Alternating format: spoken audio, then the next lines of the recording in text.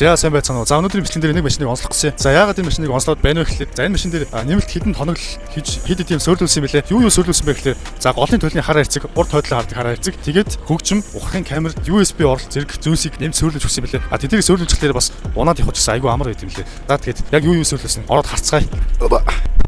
За энэ болохоор сөрлүүлсэн хараа хэрцэг маань харагдаж байна. Голын төлний хараа хэрцэг. За уртлаа харчна. Уртлаа ингэж харчна. Хойдлоо бас ингэж давхар харчих боломжтой. Дээшээ доошоо гүйлгээд харчна. Ямар зайнд байна. Тэгэд одоо энэ хойны амбаатай ачаатай машинууд маань хурахад жоохон хүнэлттэй байдаг. Хойно юу байгааг харагдахгүй. Хараа хэрцэг маань ингэж урд хотлоо давхар харчдаг болохоор үйлдэлийг ингэж айгүй хөнгөвчлөөд өгч байгаа. Айгүй амар болчдөг. Хотлоо уртлаа ингэж давхар харчна. За энэ хөгжим болохоор ухахтаа ихлээр хойд хэсгийг бас давхар харна. Хойно амбаатай машин болохоор хурах үйлдэлийг бас нэлээд хөнгөвчлөөд өгч байгаа. За тэгээд давхар өдөг болчихно.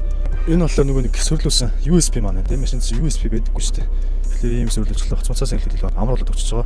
За тэгэхээр нэг ийм машин байна. Зөвхөн кантер гэлтгүү бүх төрлийн машин сөрлүүлэх боломжтой. За тэгэхээр та бүхэн маань машинда ийм хараа хэрцэгтэй, хөгжимтэй USB оролттой болохыг хүсвэл манайд ханаарай. Манай холбогдох утасны дугаар 77 40 47 47 Цэмби автогэрэл.